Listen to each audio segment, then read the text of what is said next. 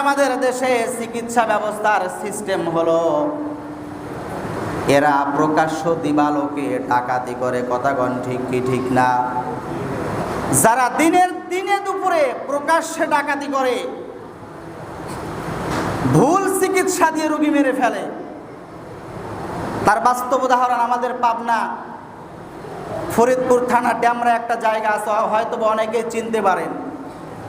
ভুল চিকিৎসার কারণে, ভুল সিজারের কারণে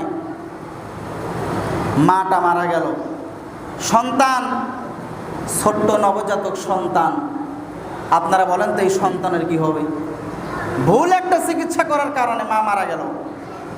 এর দায়ভার কে নেবে? পরিচালক যিনি, উনি এর দায়ভার নিচ্ছে না। ডক্টর যিনি, উনি এর দায়ভার নিচ্ছে না। কেউ এর দায়ভার নিচ্ছে না।